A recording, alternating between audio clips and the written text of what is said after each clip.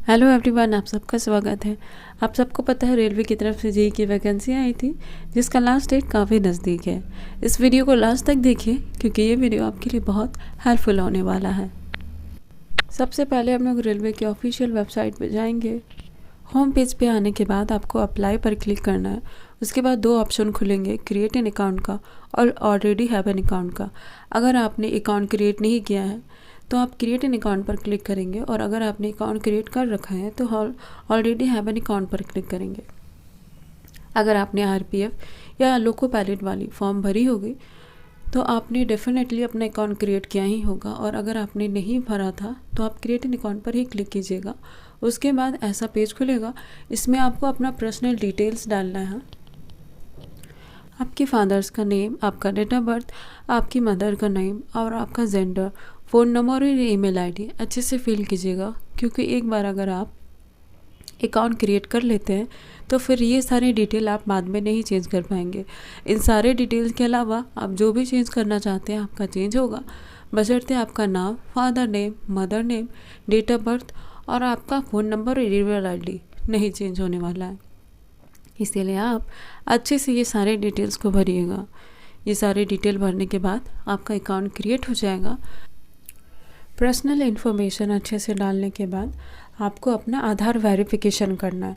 अगर आपके पास आधार कार्ड नहीं है या आपका आधार कार्ड में कोई गलती है तो आप I do not have Aadhaar card पर क्लिक करेंगे। उसके बाद फिर आपका ईमेल और ओटीपी जनरेशन का सेक्शन आएगा। आपको अपना ईमेल और ओटीपी दोनों जनरेट करना होगा। उसके बाद आपको अपना पासवर्ड क्रिएट करना है। आप जो पासवर्ड क्रिएट करेंगे उसमें एक स्मॉल लेटर, कैपिटल लेटर, एक नंबर और एक स्पेशल कैरेक्टर होगा। इन कॉम्बिनेशन का यूज़ करके ही आप अपना पासवर्ड क्रिएट कीजिएगा। इतना करते ही आपका अकाउंट क्रिएट हो जाएगा। फिर आपको ऑलरेडी हैव एन अकाउंट पर क्लिक करके साइन इन वाले पेज पे आ जाना है। साइन इन करने के लिए आपको अपना या तो फ़ोन नंबर या फिर ईमेल आईडी देना है और वो पासवर्ड डालना है जो आपने अपना क्रिएट किया था। उसके बाद आपको कैप्चा कोड डालने के बाद लॉगिन पर क्लिक करना है।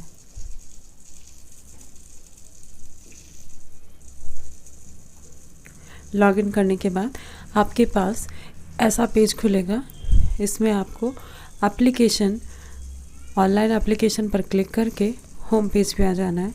इस पेज में आपको रेलवे की तरफ से जो भी लेटेस्ट वैकेंसी रिलीज़ की गई है वो दिखाई देगा।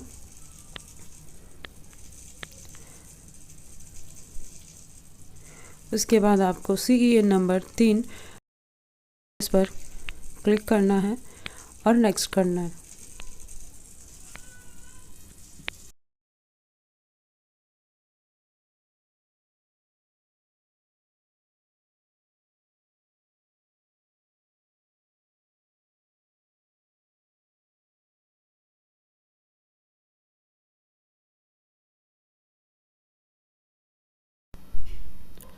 कंट्री, डेट ऑफ बर्थ, आपका full name, father name, mother name, mobile number, email address और जेंडर को छोड़ के बाकी सब चीज़ आप चेंज कर सकते हैं।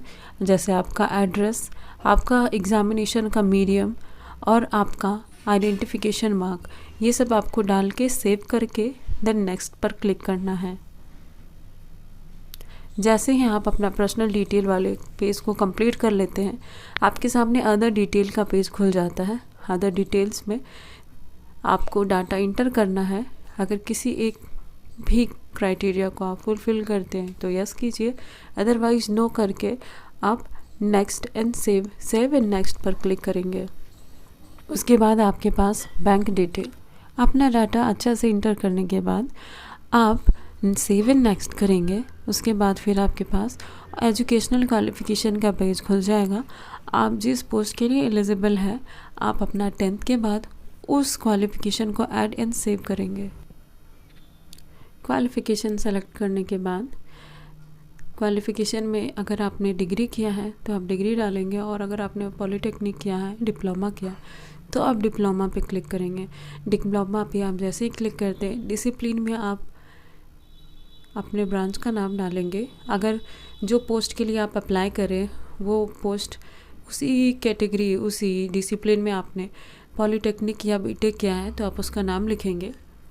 और अगर आपका जो ब्रांच है वो कॉम्बिनेशन है तो आप उसमें अपना मेन स्ट्रीम भी डालेंगे। जैसे मेरा main stream electronics and communication है और वो इलेक्ट्रॉनिक्स के अंतर्गत आता है, इसीलिए मैंने इलेक्ट्रॉनिक्स और सब स्ट्रीम में अपना ओरिजिनल जो मेरा स्ट्रीम है उसको डाला है। उसके बाद आपको स्टेट डालना है, डिस्ट्रिक्ट और फिर आपके कॉलेज का नाम, फिर पासिंग ईयर डालना है। अगर आप इलेक्ट्रॉनिक्स ब्रांच के ही हैं तो आप सब स्ट्रीम को खाली छोड़ देंगे। अगर आपका भी मेन जो आपका ब्रांच है उस ब्रांच का पोस्ट नहीं है तो आपका ब्रांच जिस डिसिप्लिन के अंतर्गत आता है वो आप नोटिफिकेशन में चेक कर लीजिएगा। उसके बाद डिसिप्लिन में उस ब्रांच का नाम और सब स्ट्रीम में आपका जो ओरिजिनल ब्रांच है उसका नाम डालिएगा। ये डालने के बाद आपको ऐड पे क्लिक करना है।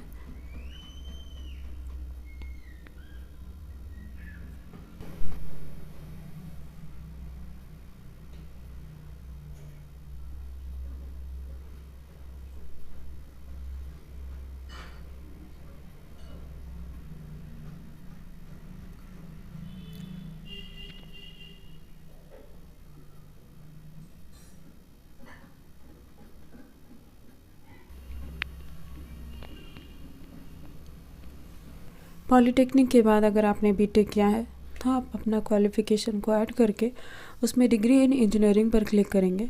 अपना डिसिप्लिन और सब स्ट्रीम, स्टेट, डिस्ट्रिक्ट और name of college, passing date डालने के बाद इसे ऐड एंड नेक्स्ट पर क्लिक करेंगे।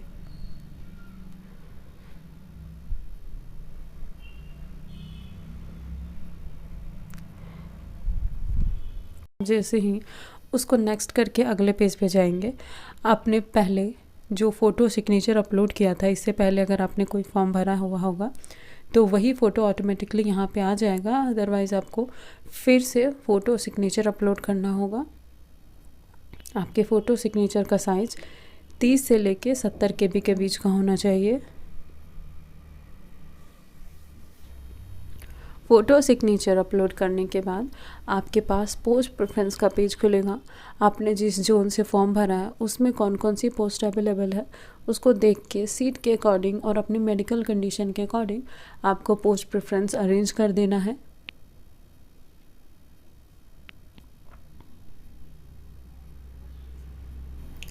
पोस्ट प्रेफरेंस डालने के बाद आपको चेक बॉक्स पे क्लिक करना है। उसके बाद आप सेलेक्ट एग्ज़ाम ग्रुप पे सेलेक्ट करेंगे कि आप किस ब्रांच में एग्ज़ाम देना चाहते हैं। इलेक्ट्रिकल, इलेक्ट्रॉनिक्स में तो मैं इलेक्ट्रिकल सेलेक्ट कर रही हूँ। अगर आपने भी पॉलिटेक्निक या बीटेक अलग अलग ब्रांच से किया है तो आपको भी ऐसे ही ऑप्शन मिलेगा। आप जिस ब्रांच में एग्ज़ाम देना चाहते हैं आप उस ब्रांच को सेलेक्ट कीजिए। उसके बाद फिर आपके सामने एक डायलॉग बॉक्स खुलेगा, उस पर आपको ओके करना है। देन स्क्रॉल करके नीचे जाएंगे, आई एग्री और डिक्लेरेशन पे चेक करने के बाद आपको प्लेस डालना है जहाँ से आप फॉर्म फिलअप कर रहे हैं। उसके बाद प्लेस भरने के बाद आपको सेव एंड नेक्स्ट कर देना है। जैसे ही आप सेव और नेक्स्ट करते हैं आपका फॉर्म कंप्लीट हो जाता है। उसके बाद आपके सामने पेमेंट का पेज खुलेगा, आपको पेमेंट करना है। आफ्टर पेमेंट आपका फॉर्म कंप्लीट हो जाएगा। ये देखिए, आपको एक बार फिर से आपका कंप्लीट फॉर्म दिखाया जाएगा। अगर आपको लगता है कि आपका कोई डाटा गलत इंटर हो गया है तो आप एडिट कीजिए, अदरवाइज़ आई हैव चेक्ड और सबमिट पे क्लिक कीजिए। सबमिट पर क्लिक करने के बाद आपके सामने पेमेंट का पेज खुलता है। आप पेमेंट QR कोड के थ्रू, इंटरनेट बैंकिंग के थ्रू, कार्ड पेमेंट के थ्रू कर सकते हैं। पेमेंट करने के बाद आपका फॉर्म कंप्लीट हो जाएगा। ये वीडियो आपको कैसा लगा कमेंट करके ज़रूर बताइएगा और मेरे चैनल को सब्सक्राइब करना नहीं भूलिएगा। Thank you. आज के इस वीडियो में बस इतना है।